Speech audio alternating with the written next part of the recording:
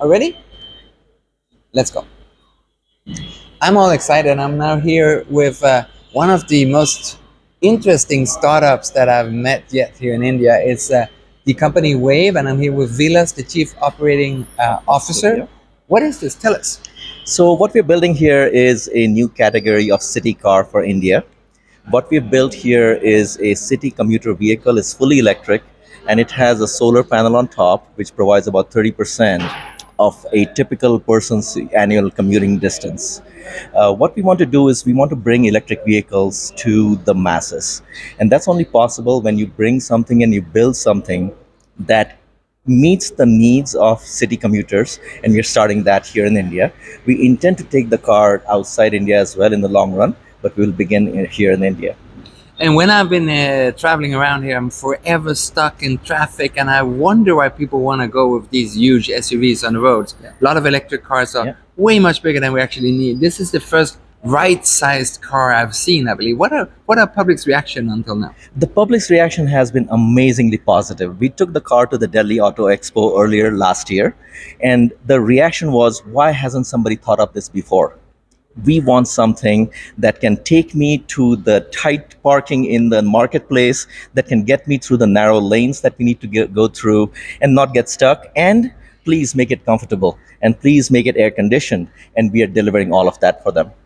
And I keep getting asked, why aren't there solar panel roofs on electric cars? And I keep saying it doesn't make sense. It's going to add so little. But I think you have made me change my mind. Tell us. Indeed, indeed. So there's really no big magic here. It's all about physics. If you make a car that's light enough and efficient enough, you can actually generate. So in this car, we have 1 square meter of the roof area that generates about 1 kilowatt hour of energy every day. And that in our vehicle is about 12 to 15 kilometers of range. And that is significant because typically people in India in a typical commute drive about 35 kilometers a day. For them, it's a material health, and people love it. And you were just quickly mentioning it, but so less than 0.5 kilowatt hours per 10 kilometers. That's not even half of a typical electric car. Is size and weight the trick here? The size and the weight, that is the trick there. And what you have to do is to size the vehicle for the job to be done. So we are not building a car to go 120 kilometers per hour on a highway. We don't need to. Traffic barely moves at 20 or 30 kilometers per hour. So we are sizing the vehicle, but we are developing it in a way that it is safe for use in a city environment. And then you get the benefits of comfort, convenience, safety, and people love it. I mean, that's the whole point. You can't make a car that you have to sell to people. You have to make a car that people say, I want this. That's what we're doing. And one thing, you're right. There's no need for high speed, top speed if you're not going to go on the motorways and expressways. Right. But on the other hand, like the Ami from Citroën and others, sometimes they're just simply too slow for the traffic that will hit you even in urban areas. What is the top speed of this one? Indeed. So in India, the L7 category, which is what this car will be, limits speeds at 70 kilometers per hour. We believe that's more than enough for what you need or what you encounter in a typical tier 1, tier 2, or tier 3 city in India. And people won't really feel any concern about speed limit here. What would be the typical usage for this car? Who would buy it? Oh, the typical family initially would be somebody who's very curious about electric cars, but don't want to spend the 30, 40 lakhs to buy a high end car. They would choose a small car like this to say, I already have a car in the family. I need something of the convenience and the comfort of electric vehicles in a small form factor. And they would be the ones initially choosing the car. But we envision as this car comes in the hands of more consumers, we'll have a very diverse range of people wanting the car. College students who want to go to college, homemakers who want to take their kids to school, people who just drive solo all the time and want to go to work or go to the marketplace. We continue to have this kind of a large spectrum of users that will be, and India, it's a very large market. And initially, this is for buying, but there's also a shared vehicle economy happening here in India. Could this be part of that? Potentially, yes. But what we have seen is consumers in India really prefer to own a vehicle. Mhm. It becomes part of the family. It's a very cherished possession. So the 90% of the use cases will be ownership. There may be future developments where people set up a model where you can share a vehicle like this, and that could be in the future. But we expect the initial buyers would all wanting it for their own use, for the family use. You know what? Over the years, I've seen so many cars that excite me, and this is certainly one of them. But I also see a lot of failures. That Indeed. you see the first prototypes, maybe the first test runs, Yeah. and then going in mass production. It's simply massively hard. How are you Yes. going to get there? So we start with the design of the vehicle and the design of the organization. We have people in our organization who have experienced what's known commonly as production hell, right? We know how hard manufacturing is. So we have started with very clear vision of what we need to do, and we've seen criticism of our work as being too slow.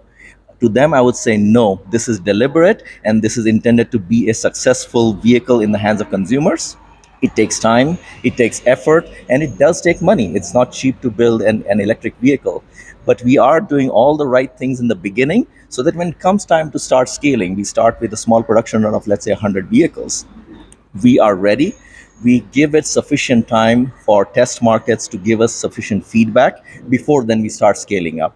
And the beauty of being here in Pune means that there's a really large ecosystem of tier one suppliers, tier two automotive suppliers, and a huge amount of talent, right from the early stage engineering student all the way to a very senior automotive professional. So we have the benefit of all of those to make it happen.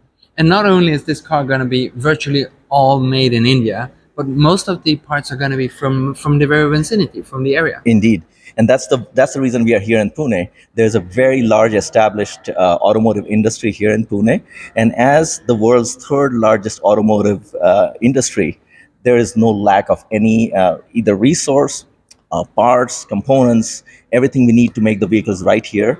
Eventually, we expect lithium cells to be made in India as well, and that will be part of our indigenously developed car. So I guess if people want to invest in your company, now is the time to step forward. But when can we get behind the wheel? So we expect that we need about 12 to 15 months from now to get the first vehicles in the hands of test consumers. Mid 2025. Mid 2025, but as you very well know, timelines in the manufacturing environment can slip, but we are trying very hard to hit these timelines. So realistically, mid next year is really the timing that we would expect to have cars in people's hands, and production would start at about initially 100 vehicles per month range. We expect demand to be tremendous, so it's going to be hard for us to keep up, but we will ramp up as soon as we can, but in a reliable way to get to all the people who want the car. A few specific technical data, price, range. So, sure. So the range of the vehicle is going to be, we'll have at least two variants. The higher variant will have a real world range of 250 kilometers. It's chosen intentionally so that it provides a full week of driving for a city commuter. We also have fast charging in the vehicle, which enables them to quickly get back on the road if they need to quickly charge. The price point is something that we are looking at in terms of a really large white space between entry level cars in India today, which are at about the 9 or 10 lakh rupee range. That would be like That's about $12,000. And at the bottom end is the electric two wheelers, and those are in the 2 lakh rupee range. $3,000. Indeed. So between that is where we want to be placed. It needs to be something that could almost be an impulse purchase for somebody who looks at it and says, "It's a cute car. I love want it. it." I want it right now." Before we wrap up, can you just give us a very quick walk through the car? Just show us. Certainly. So what you see here is we have made the car very clean and minimalistic in appearance. It's intentional because we want this to be an international vehicle. So it's intended to be appealing to as broad a sense of aesthetics as possible. We have made it intentionally narrow bodied so that helps in the narrow roads and crowded parking kind of situation. Can squeeze through, yeah. And then we've got a single door here. This is the driver's side, and then sorry, this is the passenger side. And if you take a quick look inside, We have a very spacious space room for the driver. This is a driver centric vehicle, and that's really intended to encourage a person to use the vehicle on their own and be very comfortable and be almost pampered with everything that they need. Lots of elbow room, a very nicely set up display and interface with the vehicle. It's a connected car, so you'll have your app to start the air conditioning ahead of time. In the rear, what we have is seating for an adult and a child. And again, this is very intentional because we see that the typical use case in a city is either one person or maybe somebody else with you that you're carrying, whether it's a child or an adult. So that's the reason we have specifically sized the car for that. In the rear, what you see here is this is the car that we took to the Delhi Auto Expo, and this was built in the L5 category, which truly is intended as a city vehicle with three wheels. But here we have two rear wheels, and that's important because that's something that is allowed in the Indian L5 regulation. One of the biggest feedback we got from consumers at the Delhi Expo was, I love the car, the rear just looks a little odd. We took that to heart because the consumer's voice is the most important one here. And so what we have done is now, when we bring the car to the market, we will be in the L7 category, which is the quadricycle, and the rear wheels will have the same width or the track of the vehicle as the front of the car. Right. Yeah. But elsewise, it's gonna look a lot like this, and here we even have the solar panels. That's where we have the solar panel. We actually have a sample up there on the wall. Right. That's what it looks like. It's about 1 square meter of a panel that we are developing here in India as well. I'm so excited about this. Wish you the best of luck. Not only because it seems like you've got a great company here, but also because this is exactly what the world needs. Indeed. It needs to be emissions free. It's great that we use the power from above. Yes. And if we could have cars that also physically have a smaller footprint, all the better for all of us. Good luck. We love it. Thank you. Thank you.